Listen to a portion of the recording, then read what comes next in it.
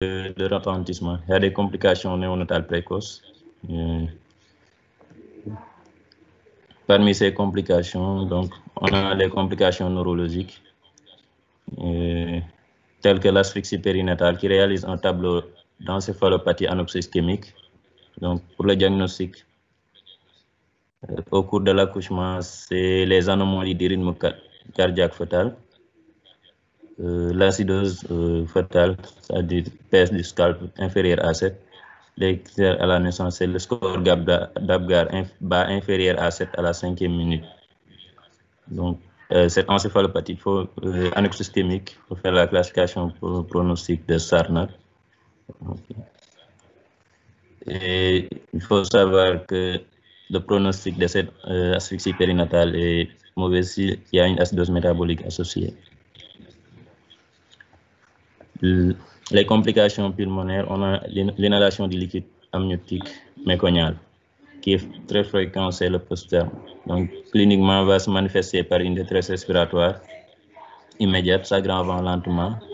À la radiographie, on a des opacités nodulaires en mode, une atelectasie et un emphysème obstructif.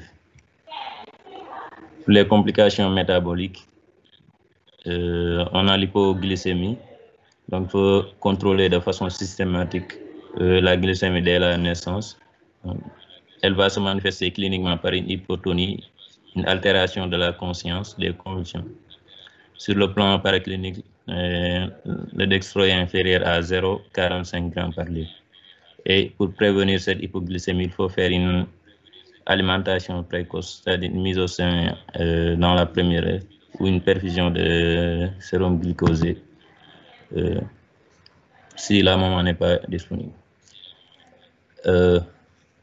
L'autre complication métabolique, c'est l'hypocalcémie, qui va se manifester cliniquement par une dyspnée, des troubles du rythme cardiaque, des trémulations ou parfois des convulsions. Sur le plan paraclinique, la calcémie est inférieure à 80 mg par litre. Pour les complications hématologiques, il y a la polyglobulie qui s'explique par l'hypoxie fœtale chronique. Cette hypoxie va stimuler l'érythropoïèse et entraîner une augmentation de la masse globulaire, de l'hématocrit et aussi de la viscosité sanguine. Cette polyglobulie peut entraîner une hyperbilirurémie et une hypoglycémie. Donc, il va se manifester cliniquement par un syndrome d'hyperviscosité sanguine avec hyperexcitabilité, tachypnée et cyanose. Sur le plan biologique, l'hématocrit est supérieur à 65% et le taux d'hémoglobine est supérieur à 22 g par litre. Donc, il y a un risque d'ischémie multifocale du fait de l'hyperviscosité qui va favoriser la formation de caillots qui vont boucher les vaisseaux. Pour les troubles de la thermorégulation, il y a l'hypothermie et ça va se manifester cliniquement par une peau qui est froide, pâle avec somnolence et une hypotonie.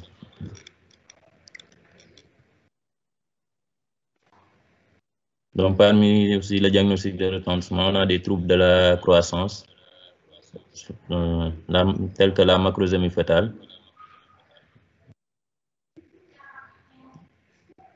La multipartie associée à la grossesse prolongée augmente l'incidence de la macrosomie. Donc, au cours de la grossesse, cliniquement, on a une augmentation anormale de la hauteur utérine pour la gestationnelle et l'échographie avec la biométrie fœtale permettra de confirmer cette macrosomie. Après la naissance, le diagnostic sera posé par un poids fœtal supérieur au 90e percentile pour l'âge selon les courbes de référence. Et il faut savoir que cette macrosomie a des risques de dystocie des épaules, entraînant parfois des lésions du plexus brachial, une fracture de la clavicule, une asphyxie périnatale. Pour les troubles aussi dans les troubles de la croissance, on a une hypotrophie qui est une conséquence de la sénescence placentaire. Donc, au cours de la grossesse, ça va se manifester cliniquement par une hauteur utérine faible par rapport à l'âge gestationnel et l'échographie avec la biométrie fœtal permettra de confirmer. Donc, après la naissance, le poids fœtal est inférieur au 10e percentile pour l'âge gestationnel selon les courbes de référence. Les différentes pathologies de l'hypertrophie peuvent s'associer à celles de la post-maturité. Pour les complications tardives, ce sont les séquelles neurologiques secondaires à l'encéphalopathie telles que l'infirmité motrice cérébrale, le retard de développement psychomoteur. Pour le diagnostic étiologique, il faut faire l'enquête étiologique avec l'anamnèse, c'est-à-dire se renseigner de l'âge de la mère, la parité, rechercher s'il y a des antécédents de post-maturité, les antécédents médicaux tels qu'une hypothyroïdie, la date des dernières règles et l'échographie précoce. Sur le plan paraclinique, il faut faire un bilan thyroïdien maternel, doser la cortisolémie du nouveau-né et l'échographie morphologique fœtale à la recherche de malformations. Donc les facteurs étiologiques, il y a les facteurs maternels, c'est-à-dire la multiparité, la nulliparité et la primiparité. L'origine ethnique est aussi incriminée. Les antécédents de post-maturité, l'obésité maternelle. Il y a aussi des facteurs mécaniques tels que les anomalies de la contractilité utérine, une mauvaise accommodation photopelvienne et le défaut de maturation du col utérin. Donc, ils sont des facteurs de prolongement de la grossesse. Les facteurs liés au nouveau-né, donc, il y a l'axe hypothalamo-hypophyso-surrénalien qui est incriminé. Donc, sur le plan génétique, il y a les aberrations chromosomiques, la trisomie 21 et trisomie 18. Sur le plan endocrinien, l'hyperplasie congénitale des surrénales. Et il y a des malformations aussi incriminées telles que l'anencéphalie et l'hydrocéphalie.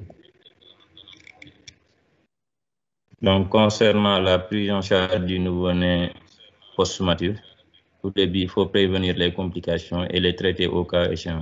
Donc, pour les moyens, on a les moyens de réanimation néonatale, le TARSIM, donc thermorégulation, airway. Il y a les moyens de protection thermique, aspiration, ventilation, oxygénation, les médicaments tels que l'adrénaline. Les autres moyens, le gluconate de calcium, les antibiotiques, les solutés de remplissage et le diazépam. On peut arriver à faire des saignées isovolémiques et les soins essentiels du nouveau-né, l'alimentation aussi. Donc, les indicateurs